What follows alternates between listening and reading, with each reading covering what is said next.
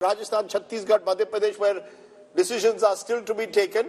There is also Telangana, Rahul, where we thought it was a done deal for Revanth Reddy, but typical Congress style, while we expect it to be Revanth Reddy, DK Shivakumar has to come to Delhi, meet the High Command, and then the final decision will be announced. So that's pretty clear, but you've got a guest coming in from the BRS. Keshava joins us. He's the de facto number 2, if at all there is any number 2 in the BRS.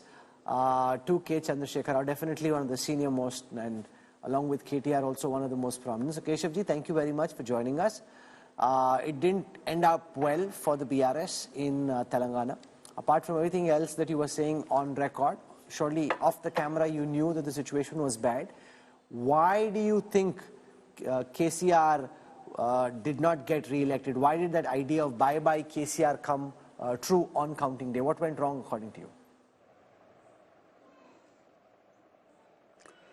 Well, Rahul, I am not apologetic, because even a channel like India Today, whom the other day I praised and said has a very good strike rate as far as the survey is concerned, has failed in Rajasthan, Chhattisgarh, Madhya Pradesh, even in Telangana. No.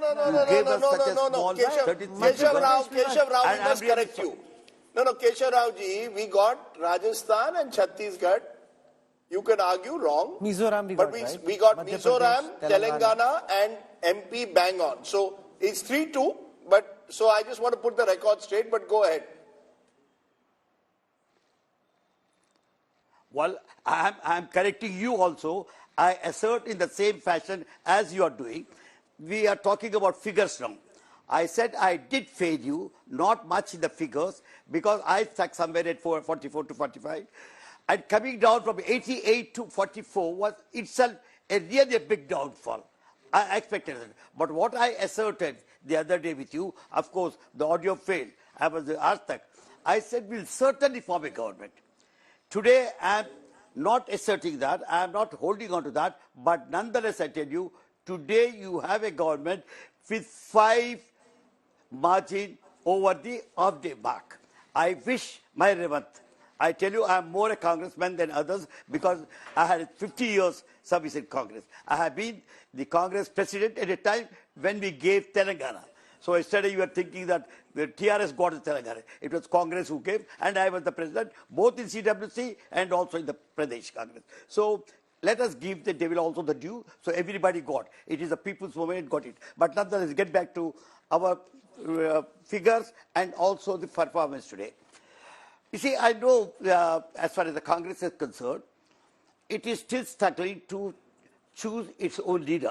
It must. I wish them all best, because we have given them, or we are giving them, the state which is really well developed, a region which was considered to be the most backward in the country, and today it is vying for first place in the country in all the metrics of the economics. So, economic development. Keshavji, some of the reports that we are getting are suggesting that in the Telangana political league there could be some switch hits. The fact that some BRS leaders, TRS leaders, BRS leaders may actually be joining the Congress, that they don't want to end up just with 65. They are wary of what may happen later. So we are being told that some BRS leaders may potentially end up joining the Congress party. Some, in fact, have already gone and met.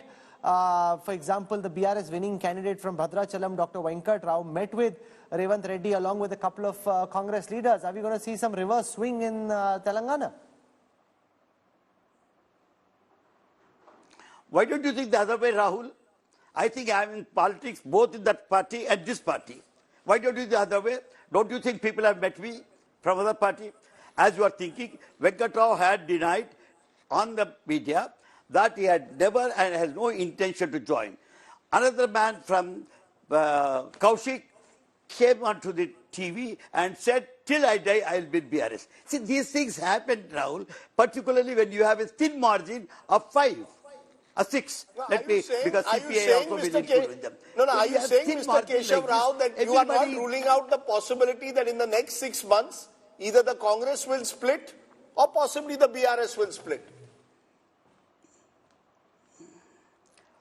Well, I would not guess at this, because having come to this stage, and this scenario, I would not wish to have such things to happen. But nonetheless, these are possibilities of new generational leadership and this love and lust for the power. Otherwise, I would never agree to such kind of changes. Okay, can I show something to our viewers? Because a lot of voters, a lot of viewers think that Telangana, the BRS got wiped out. Actually, not quite. If you see the gap between the BRS and the Congress in terms of vote share, it is just 2%. So 39% for the Congress, 37% for the BRS, 14% to the BJP. So what happened between the last election, see how close those two curves are. If you look at the BRS, it's come down from 47 to 37. That's about a 10% gap. They've come down 10%. The Congress is up from about 28 to 39. They're up 11%. So that's a big change. But the gap between the two, Rajdeep, in the end was just 2%. So it's not as if the BRS got pummeled given where they were. But actually, in the end, it was a pretty close gap. If people were saying there's a chance that the BRS may be able to hold on, they actually almost did in terms of vote share. It's a 2% gap. Look, what happened here is if you even further dissect those numbers region-wise, you'll find an even more interesting scenario. The BRS dominated urban pockets, particularly Hyderabad region. It was in the rural pockets where you had the Congress get a huge leap up compared to what they got in 2018. So, look, all these states in terms of vote share, Rahul, when they become bipolar largely, the numbers will be close to each other. But you've got to see the BRS. No, but this wasn't bipolar, this was triangular. Yeah, but so look at 7% to 14%. BJP also gained 7% votes. Yes, but look at the others. The BJP in Rajasthan it's others, here it's the BJP.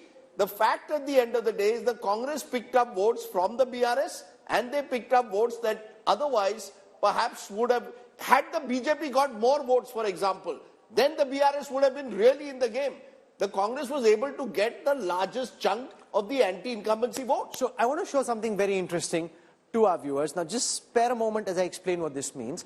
So the Congress had 40% plus vote share on 57 seats. So they fought hard, 40% plus on 57 seats. The BRS had 40% plus only on 39 seats. So some of the seats they won were actually won with between 30 and 40. The BJP fought 40% plus only on 4 seats, 30 to 40 on 15. But the key point here, Amitabh Tiwari, is that the Congress had 57 seats where they fought 40 plus. So there more seats where they're fighting harder, 29 seats where 30-40. BRS actually on 60 seats it wasn't wiped out, but it wasn't fighting a good fight. See, in a triangular contest, if you have 57 seats getting more than 40% vote share, that is going to be a good result. So it's a triangular contest was only technically in 35 seats, 16 plus 15 plus 4. Because 20% plus is theoretically considered as a triangular contest. So on 25% of the seats roughly, there was a triangular contest. And here if you see the margins, on 4 seats, BJP got more than 40, on 15 and 16.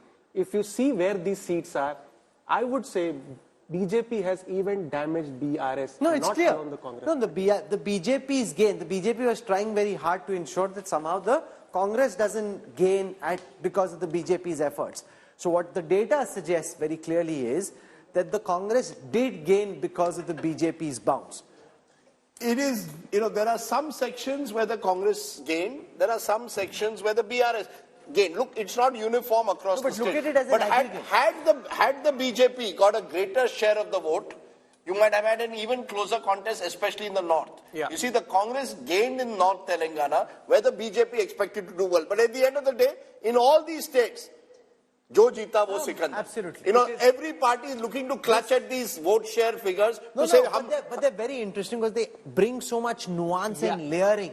Otherwise everybody says, oh, Congress jeeti. What they show is elections have become very competitive. Yes. And what it shows is the election intelligence dashboard is looking like a wow and rocking it. Really. Okay. So it helps. Rajdeep, the number of top leaders, I can't name the leaders, but the number of top leaders who were watching and asking for particular cuts because the analytical capabilities of the election intelligence dashboard is more than what you have. You can ask for some of this data. It will take time to get it. But if you want it, you can say, okay, EI pe dikha do. So we're seeing that happen as well. There was a time when Pramod Mahajan used to carry carry a laptop and his whole smart team was there and people used to say, wow. Yeah, but we've gone well beyond that. We've gone well beyond the Pramod Mahajan era. AI is way beyond what Pramod Mahajan.